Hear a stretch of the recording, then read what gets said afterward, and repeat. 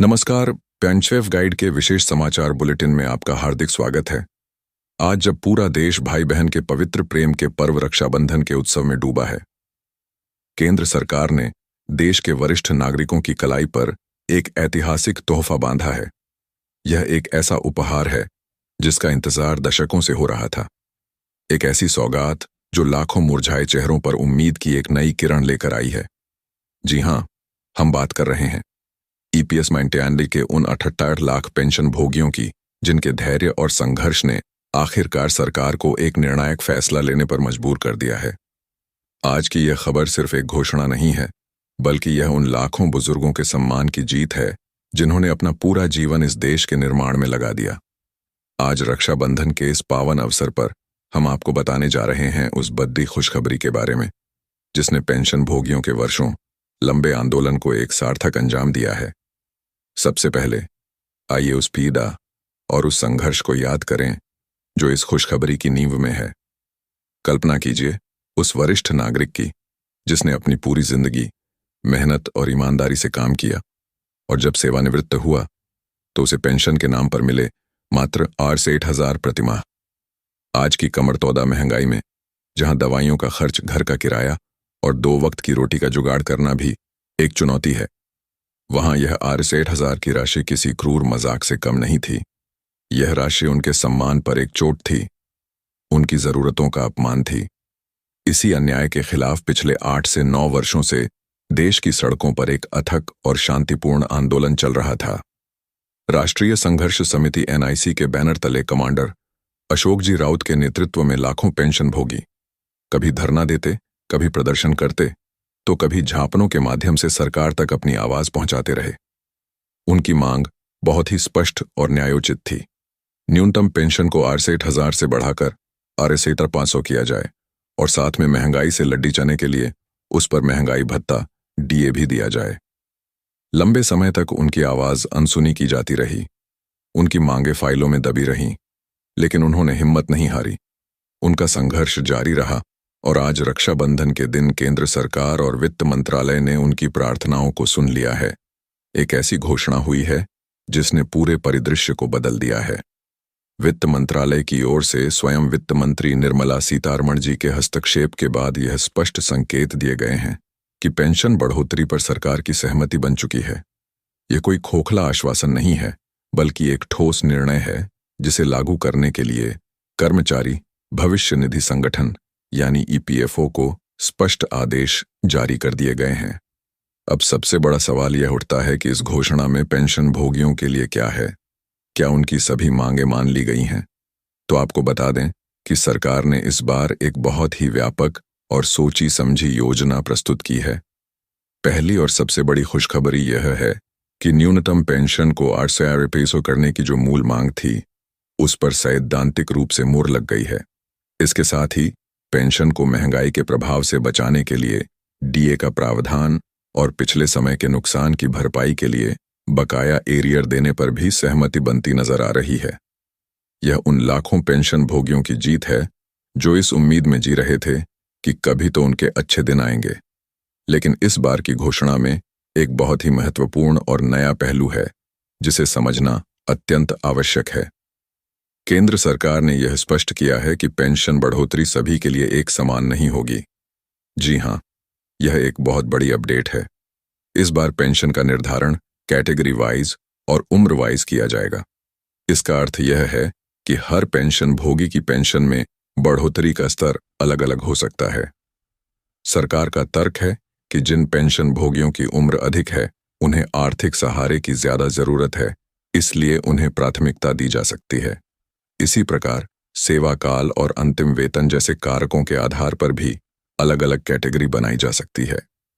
सूत्रों के अनुसार कुछ कैटेगरी के पेंशन भोगियों को आरएस 8,000 तक की मासिक पेंशन मिल सकती है, जबकि कुछ अन्य कैटेगरी के पेंशन भोगियों को आरएस 5,000 की पेंशन भी मिल सकती है।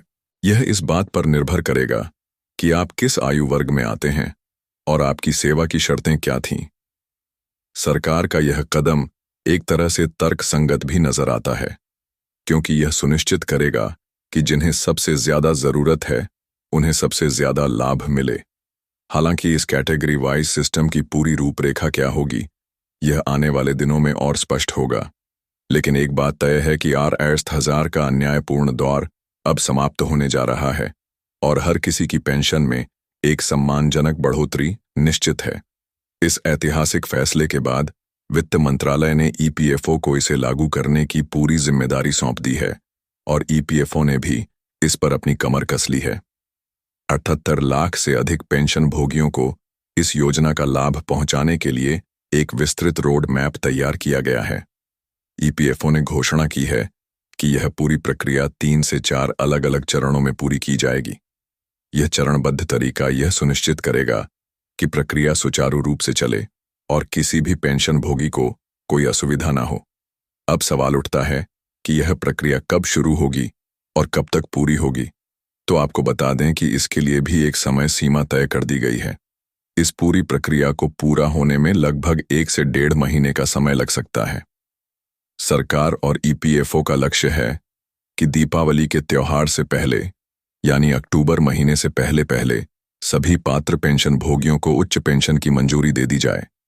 कल्पना कीजिए, दीपावली का त्योहार और आपके बैंक खाते में RS 75 या उससे भी अधिक की पेंशन, यह वास्तव में लाखों घरों में असली दिवाली लेकर आएगा। इस योजना का पहला चरण, जैसा कि पिछली जानकारियों में भी सामने आया था, 15 अगस्त के आसपास शुरू होने की उम्मीद है और वहां से लेकर सितंबर के अंत तक सभी चरणों को पूरा कर लिया जाए। इस घोषणा के बाद पेंशन भोगियों के मन में कई सवाल खड़े हो रहे हैं। सबसे बड़ा सवाल यह है कि क्या इस बढ़ी हुई पेंशन को पाने के लिए उन्हें फिर से कोई ऑनलाइन आवेदन करना होगा? क्या उन्हें किसी दफ्तर के चक्कर काटने पड़ देंगे या कोई नए दस्तावेज जमा करने होंगे? तो इस पर भी EPFO ने स्थिति को पूरी तरह से साफ कर दिया है। सभी पेंशन भोगियों के लिए यह एक बहुत बड़ी राहत की बात है कि उन्हें कोई भी नया ऑनलाइन आवेदन करने की आवश्यकता नहीं है। जी हां, आपको कोई नया फॉर्म नहीं भरना है। EPFO ने स्पष्ट किया है कि कुछ समय पहले माननीय उच्च न्यायालय के एक आदेश के बाद उच्च पेंशन के लिए ऑनलाइन आवेदन आमंत्रित किए गए थे। उस समय देश भर से लगभग 78 लाख पेंशन भोगियों ने अपने आवेदन जमा किए थे। दुर्भाग्यवश उस समय केवल कुछ हजार, लगभग 8,000 पेंशन भोगियों को ही उच्च पेंशन की मंजूरी मिल पाई थी और बाकी के आवेदन लंबित पड़ थे। अब सरकार ने फैसला किया है कि उन्हीं पुराने आवेदनों के आधार पर बाकी बचे सभी पेंशन भोगियों की पेंशन में बढ़ोतरी की जाएगी। आपका डाटा, आपके दस्तावेज, सब कुछ EPFO के पास पहले से ही सुरक्षित है और उसी के आधार पर आपकी नई पेंशन निर्धारित की जाएगी। यह एक बहुत बड़ा और पेंशन भोगी अनुकूल कदम है जो उन्हें अनावश्यक भागदौड़, DH और परेशानियों से बचाएगा। यह जीत वास्तव में कमांडर अशोक जी राउत और उनकी NSC की टीम के अथक संघर्ष का परिणाम है। उन्होंने जिस तरह से धूप, सर्दी और बारिश की परवाह किए बिना लाखों पेंशन भोगियों के हक के लिए लड़ाई लड़ी, वह अभूतपूर्व है। आज जब उनकी मेहनत रंग लाई है, तो यह हर उस व्यक्ति की जीत है जो न्याय और सम्मान के लिए खाड़ी डीछा होता है। अंत में हम अपने चैनल सैफ कैरियर की भूमिका को भी स्पष्ट करना चाहते हैं। हम आप तक जो भी जानकारी पहुंचाते हैं वह EPFO द्वारा जारी की गई अपडेट्स, विभिन्न सोशल मीडिया वेबसाइटों और ऑनलाइन पोर्टल्स पर उपलब्ध जानकारियों पर आधारित होती है। हमारा उद्देश्य इन जटिल सूचनाओं को सरल और सुलभ भाषा में आप तक पहुंचाना है ताकि आप अपने अधिकारों के बारे में जागरूक हो सकें। हालांकि हम हर खबर की 100% सटीकता का दावा नहीं कर सकते, क्योंकि नीतियां और घोषणाएं सरकारी विभागों का विशेषाधिकार हैं और उनमें परिवर्तन हो सकता है। इसलिए कोई भी व्यक्तिगत या वित्तीय कार्यवाही करने से पहले आप अपने विवेक से काम लें और यदि संभव हो तो आधिकारिक स्रोतों से पुष्टि अवश्य करें। हम आपके सवालों और आपकी प्रतिक्रियाओं का स्वागत करते हैं।